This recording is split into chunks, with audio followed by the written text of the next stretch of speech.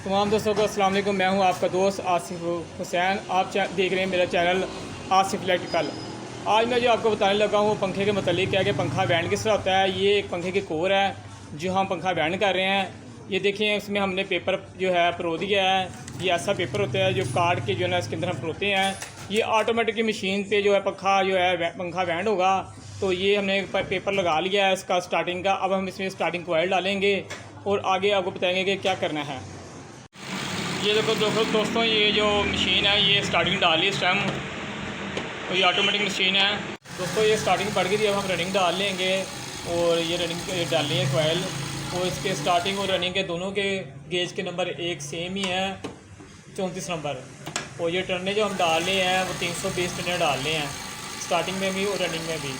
तो ये automatic machine है। इसमें अभी दोनों साइडें मुकम्मल हो जाएगी। फिर इसके बाद हम आपको बताएंगे कि इसकी लीडें कैसे निकालनी है।